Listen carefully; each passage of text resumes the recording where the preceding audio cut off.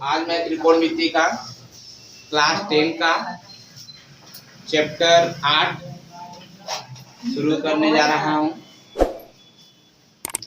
Trigonometry, त्रिकोणमिति, तीन भुजाओं से घिरी आकृति को क्या कहते हैं? त्रिकोण कहते हैं। अब जब इसका मापन करते हैं त्रिकोणमिति कहते हैं। जैसे ये हमारा तीन भुजा में हम एक समकोण त्रिभुज की बात करेंगे।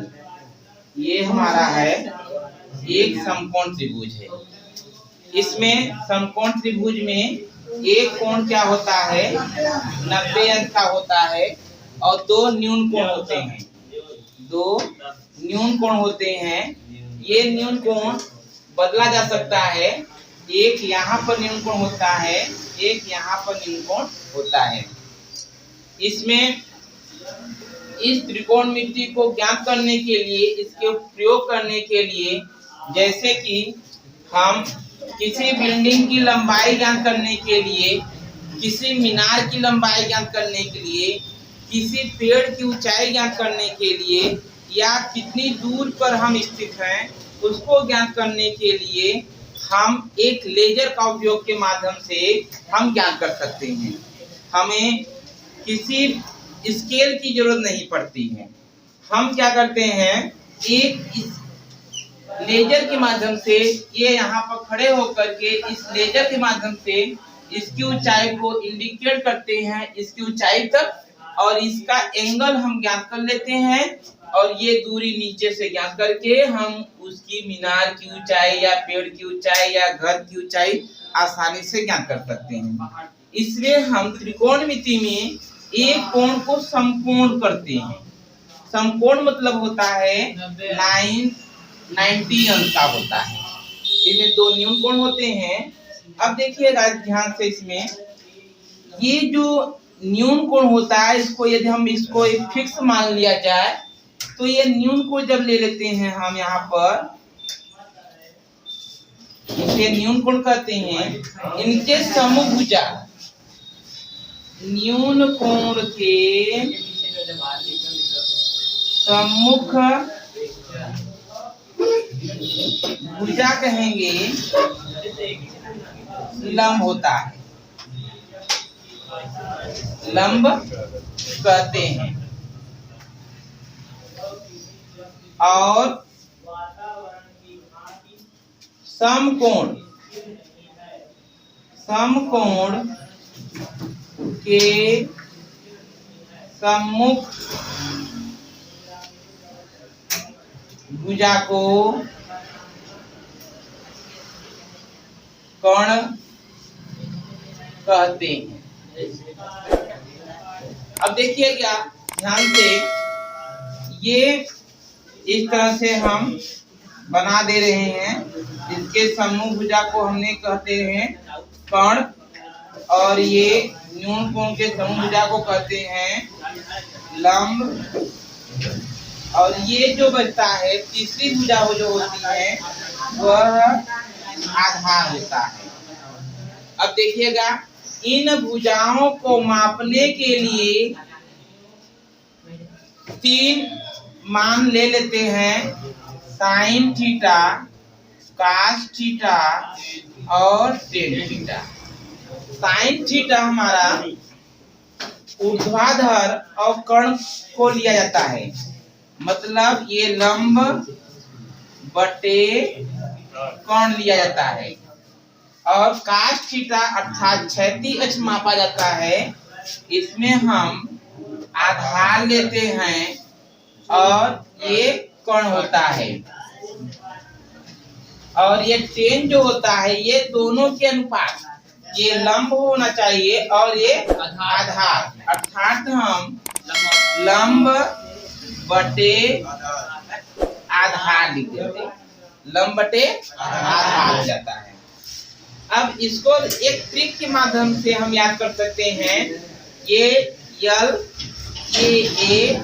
ये यल, हम यल ए यल बटे क्या करते हैं, नीचे का के ए, अर्थात लाल बटे कक्का। लाल बटे कक्का को हम इस तरह से हम याद कर सकते हैं। पहला जो होता है वो साइन होता है, साइन थीटा इक्वल टू लंब, यल से होता है लंब बटे के से होता है कोण, और हो जाता है cos थीटा आधार बटे कोण,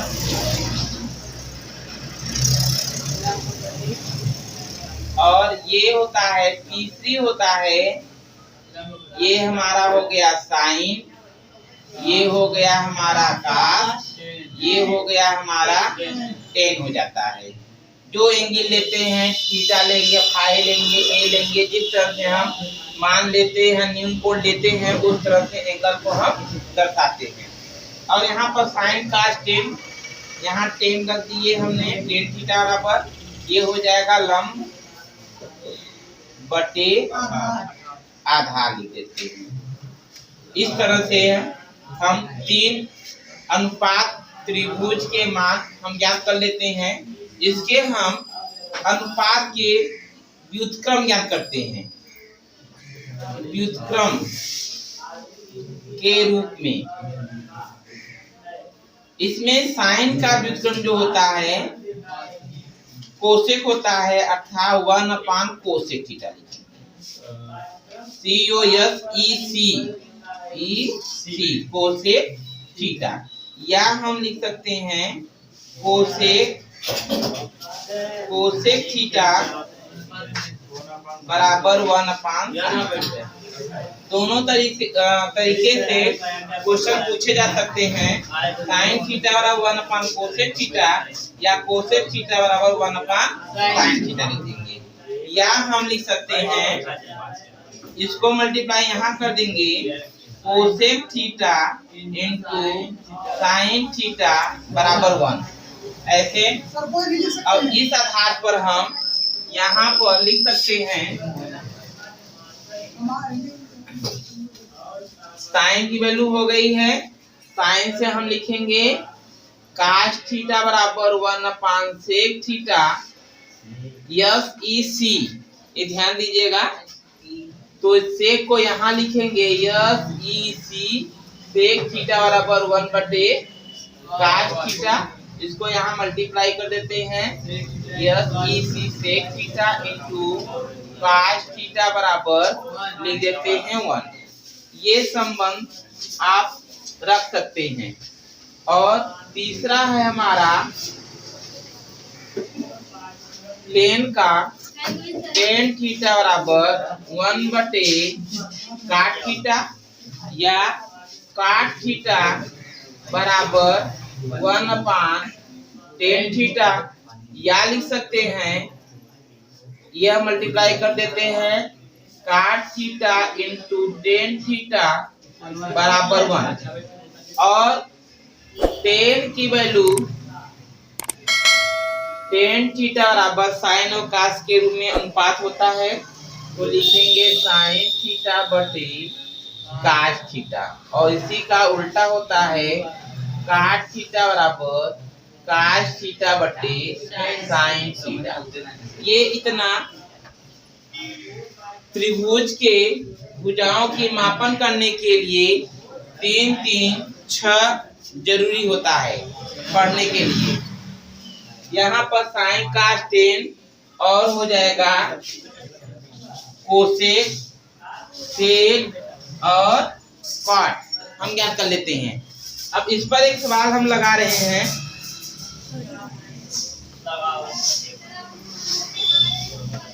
एक क्वेश्चन, जैसे मान लीजिए एक मीनार है, एक मीनार है इस तरह से, इसकी ऊंचाई हमको ज्ञात करनी है, और यहाँ से इस क्षैतिज अक्ष पर 30 अंश के कोण पर अंतरित कर रहा है। उन्नयन कोण 30 अंश है। यह 20 सेंटीमीटर की दूरी पर कोई बिंदु है 20 सेंटीमीटर दूरी पर स्थित है, तो इस मीनार की ऊंचाई क्या होगी? इस मीनार की ऊंचाई क्या होगी?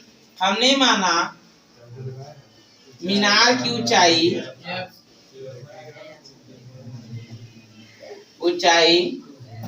h मीटर है।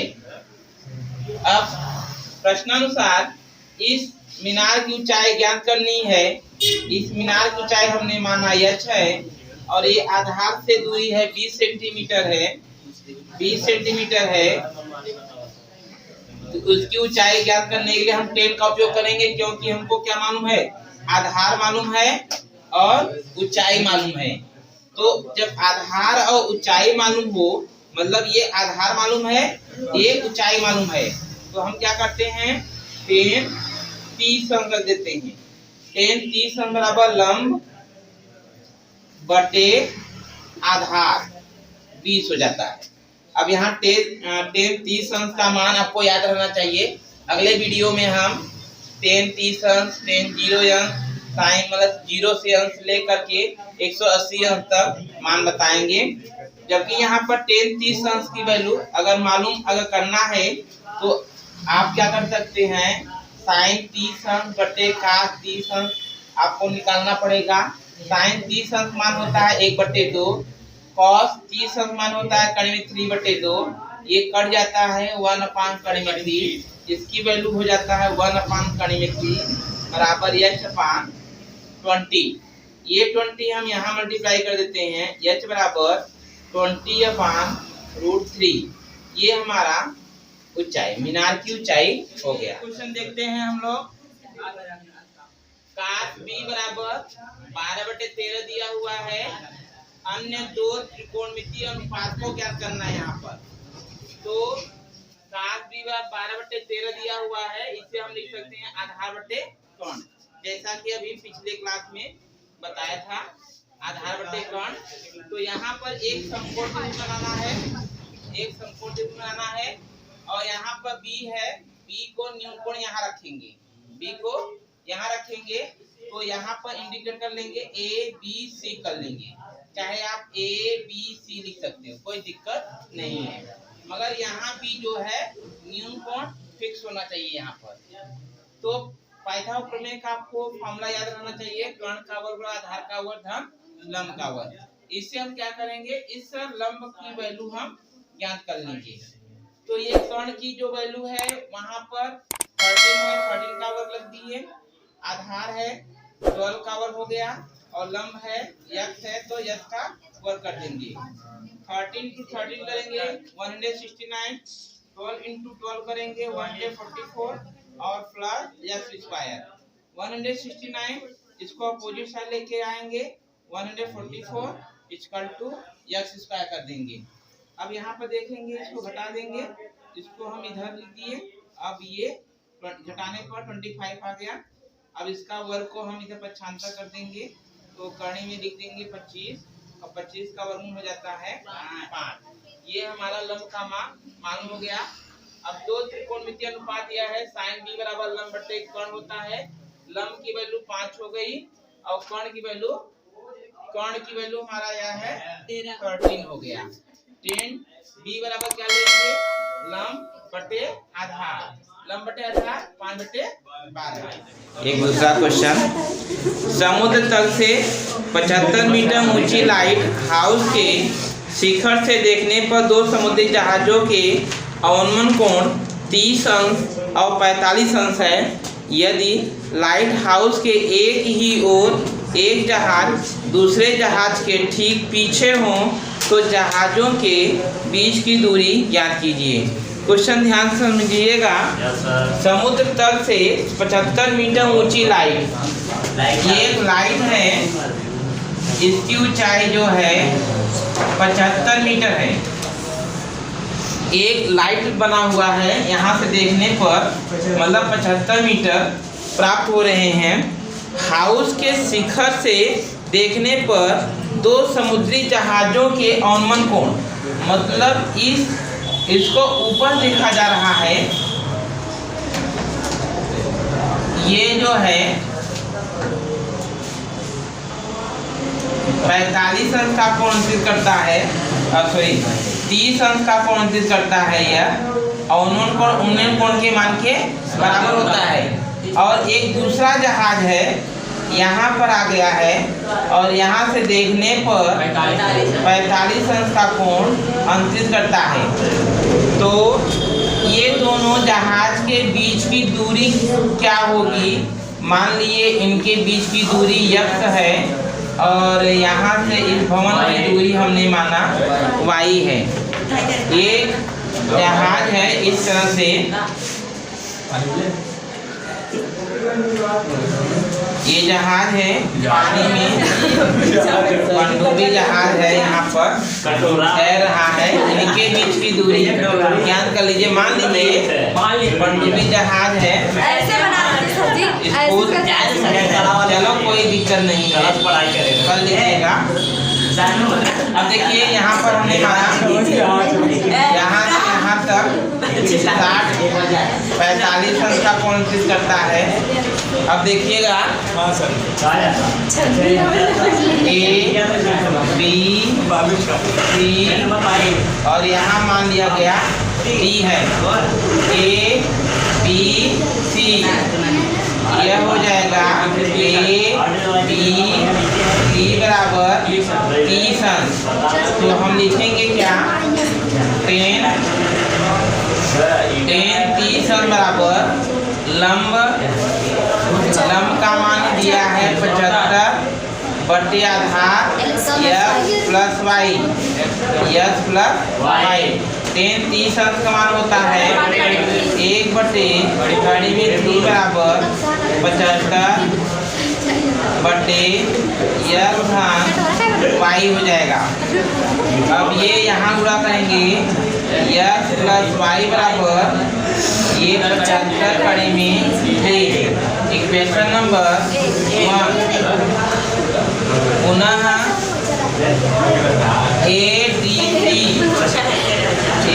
ADC बराबर 45 अंश, 45 अंश बराबर लिखेंगे लंब बटे आधार। तो 45 अंश मान होता है 1 बराबर 75 बटे वाई, या वाई बराबर लिखेंगे 75 आ जाएगा। अब ये मान इक्वेशन नंबर 1 में रख दिया जाए। इक्वेशन नंबर 1 से ये आ जाएगा y की वैल्यू हम इसमें रखेंगे, y की वैल्यू यहाँ 75 है बराबर 75 कड़ी में 3, 75 को 76 कर दीजिए, यह बराबर 75 कड़ी में 3 माइनस 75, यह बराबर 75 कामन ले लीजिए, ये मीटर। मतलब इस B से D के बीच की दूरी 75 कड़ी में 3 माइनस 1, ये आंसर। चलिए दूसरा क्वेश्चन देखिए। Question number 18। एक पेंडस्टल के शिखर पर एक 1.6 मीटर ऊंची मूर्ति लगी हुई है। भूमि के एक बिंदु से मूर्ति के शिखर का उन्नयन कोण 60 अंश और उसी बिंदु से पेंडस्टल के शिखर का उन्नयन कोण 45 अंश देखा गया है। तो पेंडस्टल की ऊंचाई क्या होगी? ये पेंडस्टल ये हो गया और इसी पर मूर्ति बनी हुई है। इस मूर्ति की ऊंचाई है 1.6 मीटर की मूर्ति ऊंचाई है और इस पेंडस्टल पर,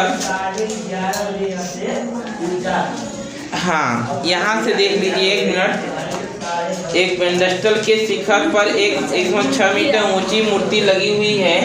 यहाँ पर भूमि के एक बिंदु से मूर्ति पर के शिखर का उन्नयन को 60 अंश देखा गया। मतलब ये यहाँ से देखा गया 60 अंश का कोण अंकित करता है।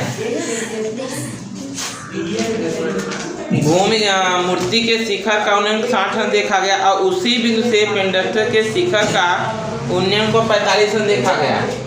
मतलब यहाँ तक ये देखा गया 45 अंश देखा गया तो पेंडस्टल की ऊंचाई क्या होगी? इस पेंडस्टल की ऊंचाई ज्ञात कर लीजिए। मान लीजिए ये अच्छे, तो देखिए आप कुछ तो समझिएगा।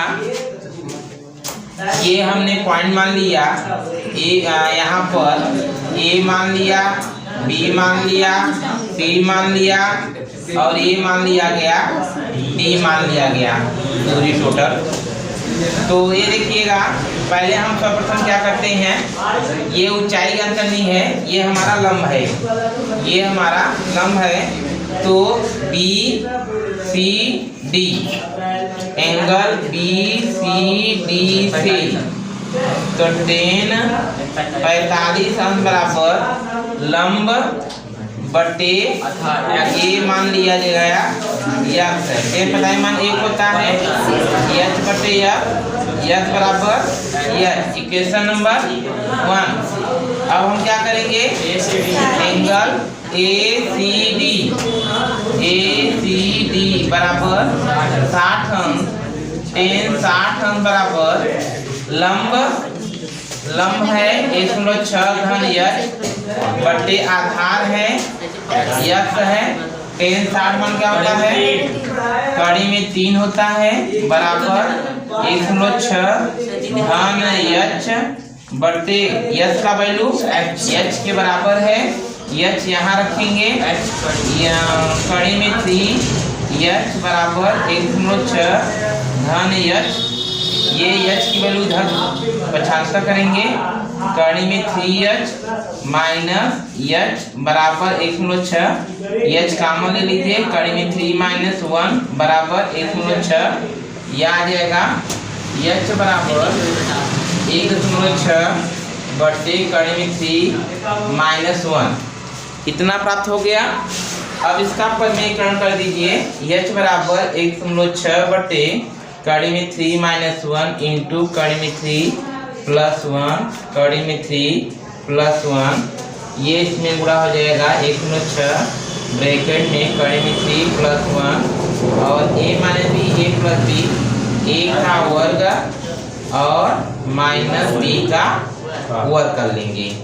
अब ये आ जाएगा 1.6 कड़ी में 3 प्लस 1, ये कड़ी 3 का वर्ग हट जाएगा 3 माइनस 1, ये आ जाएगा तुम्हारा